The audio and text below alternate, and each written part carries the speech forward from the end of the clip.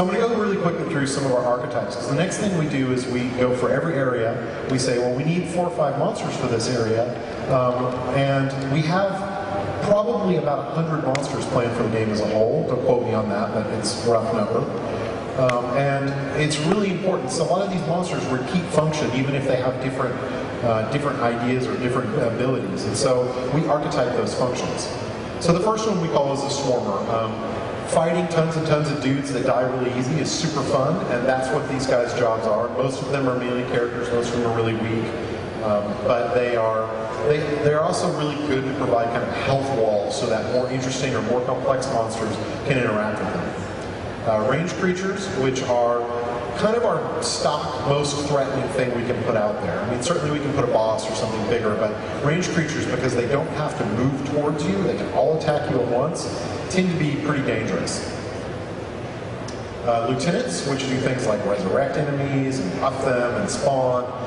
These are typically not placed in high numbers, but they're put in to be kind of this high priority target that you want to go after. Elites are basically meant to make you kind of pause for a second and encounter something that takes more than a couple hits to kill, or maybe has a really high damage attack. They are kind of again a focus, like a target that has a very high priority to it. But unlike the lieutenant, they're often a little bit scarier. You have to, you can't just run straight into them every time. So an AoE character, or what we sometimes call area of denial characters, because a lot of their job is to change the play space. I'm going to set the ground on fire underneath you, and now you don't want to stand there anymore. So when the player has to kind of react like that, it's interesting gameplay. So weakeners are kind of like lieutenants in that they're high priority, but they also have the side effect of making swarmers and ranged guys even more threatening. So, and then we have a bunch of one-offs that are just kind of cool ideas we have.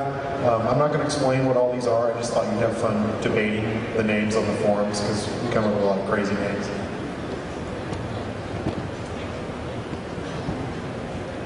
So, spreadsheet, yeah, because we really wanted this presentation to be exciting. So, spreadsheets are not just the tools of bean counters. If there's any kids in the audience, learn your math if you want to work in video games, it's important.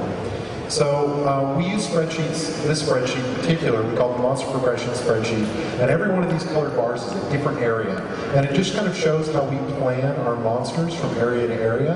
And when we do that, we look at shape, color, and archetypes, and we make sure that we have a good mix in each one, and that each one complements. And then as we move from area to area, we're also introducing new challenges and new monster types at a really good rate, and this is our tool to do that.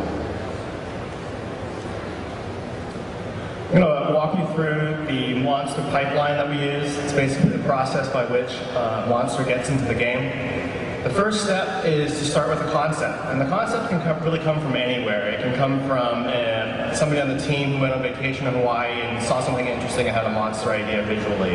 It could come from, someone played through the latest level environment and said, this desert environment really is lacking in, particularly, a wasp. Or it could come from someone who just has a mechanical idea. This sketch comes from Carl LeBron, our team, who said, "I really want a monster that will just leap off of walls. I don't care if it's what kind of monster it is. I just want it to leap off the wall. I think that'd be a fun mechanic to play with." And so the initial idea comes from anyone on the team and from anywhere.